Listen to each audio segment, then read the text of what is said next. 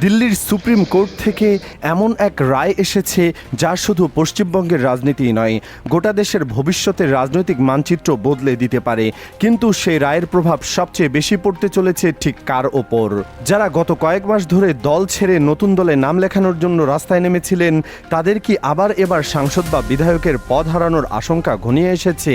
আর এরই মাঝে রাজ্য জুড়ে যে মাইক নিয়ে নতুন তৎপরতা শুরু হয়েছে, সেটাকে আসলেই আইনি পদক্ষেপ নাকি কোনো বড় রাজনৈতিক ফাঁদ? আজকের এই গভীর বিশ্লেষণে আমরা সেই সব প্রশ্নের উত্তর খুঁজব যেগুলো এখন রাজনীতির করিডোরে সবচেয়ে বেশি গুঞ্জন তৈরি করেছে। সাম্প্রতিক সময়ে পশ্চিমবঙ্গের রাজনীতিতে যে ঘটনাগুলো ঘটেছে তার একটি অংশ খুব সাধারণ দেখা গেলেও পেছনের কাহিনী যে কতটা জটিল তা হয়তো অনেকেই ধরতে পারছেন না। মসজিদ এবং মন্দির উভয় জায়গা থেকে মাইক সরিয়ে নেওয়ার একটি প্রক্রিয়া শুরু হয়েছে। প্রশাসনের তরফ থেকে বলা হচ্ছে যে শব্দদূষণ নিয়ন্ত্রণ করা হচ্ছে, কিন্তু এই ঘটনার পেছনে যে একটি সম্পূর্ণ ভিন্ন রাজনৈতিক মানসিকতা কাজ করছে তা বুঝতে হলে আমাদের একটু গভীরে যেতে হবে। যখন কোনো রাজ্য সরকারের উপর প্রশাসনিক ব্যর্থতার অভিযোগ উঠতে থাকে, যখন প্রতিশ্রুতি পূরণ নিয়ে প্রশ্ন ওঠে, তখন সাধারণত সরকারগুলো ভিন্ন কোনো ইস্যু তৈরি করতে চায়। এটি রাজনীতির এক পুরনো কৌশল, কিন্তু এবার সেই কৌশলটি যে উল্টো ফল বয়ে আনতে পারে সেই আভাস মিলতে শুরু করেছে। আইনজীবীদের একটি বড় অংশ ইতিমধ্যে প্রশাসনের এই পদক্ষেপকে চ্যালেঞ্জ করার প্রস্তুতি নিচ্ছেন। তাদের যুক্তি হলো, উপাসনালয়ের মাইক নিয়ন্ত্রণের বিষয়টি আদালতে নির্দিষ্ট নির্দেশনা অনুযায়ী হতে হবে। প্রশাসন ইচ্ছেমতো মাইক খুলে নেওয়া আইনগত সমর্থনযোগ্য নয়। এই পরিস্থিতিতে পুলিশ প্রশাসন যদি কোনো আইনি প্রক্রিয়া অমান্য করে, তাহলে তাদেরই আইনের মুখোমুখি হতে হবে বলে জানিয়ে দেওয়া হয়েছে।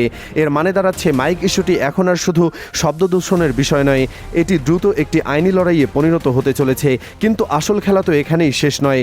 এইসবের মাঝে দিল্লি থেকে এমন একটি খবর এসেছে যা পশ্চিমবঙ্গের বিরোধী দলের একাংশের ঘুম কেড়ে নিয়েছে। সুপ্রিম কোর্টের একটি সাম্প্রতিক পর্যবেক্ষণ মহারাষ্ট্রের শিবসেনার ভাঙ্গন মামলার রায়ের সময় এসেছে।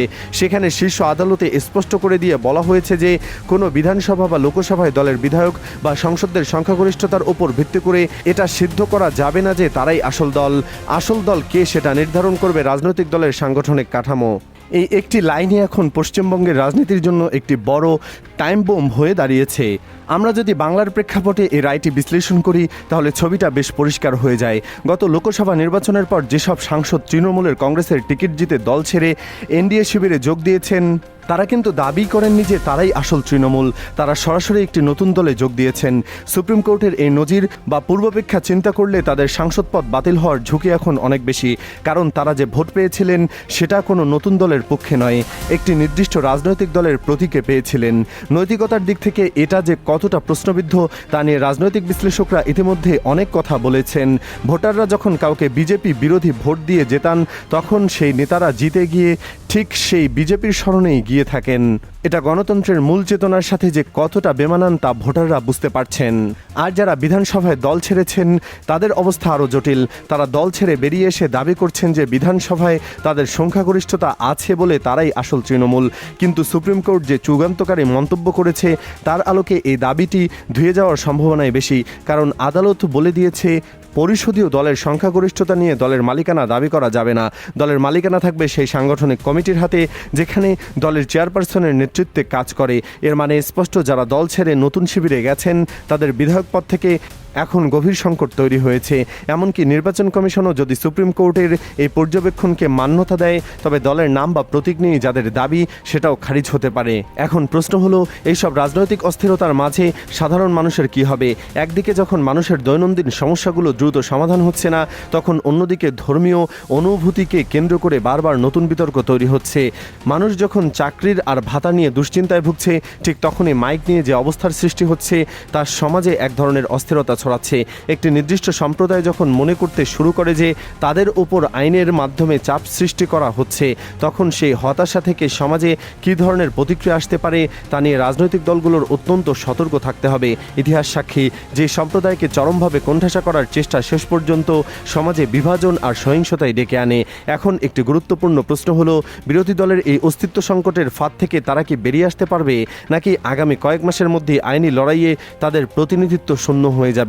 আর যদি তাই হয়ে থাকে তবে বিরোধী দলনেতার পদটি কি আবার শুভেন্দু অধিকারীর হাতেই ফিরে আসবে, নাকি রাজ্যে একটি সম্পূর্ণ নতুন বিরোধী রাজনীতির কাঠামো তৈরি হবে?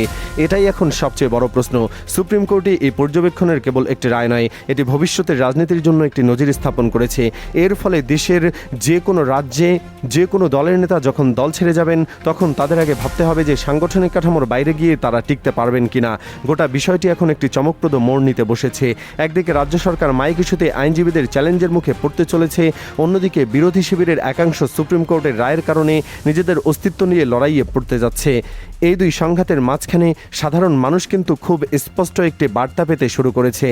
মানুষ বুঝতে পারছে যে যারা নির্বাচনের আগে এক কথা বলে ক্ষমতায় যায় আর পরে ভিন্ন পথে হাঁটে, গণতন্ত্রে তাদের কোনো চিরস্থায়ী ঠিকানা নেই।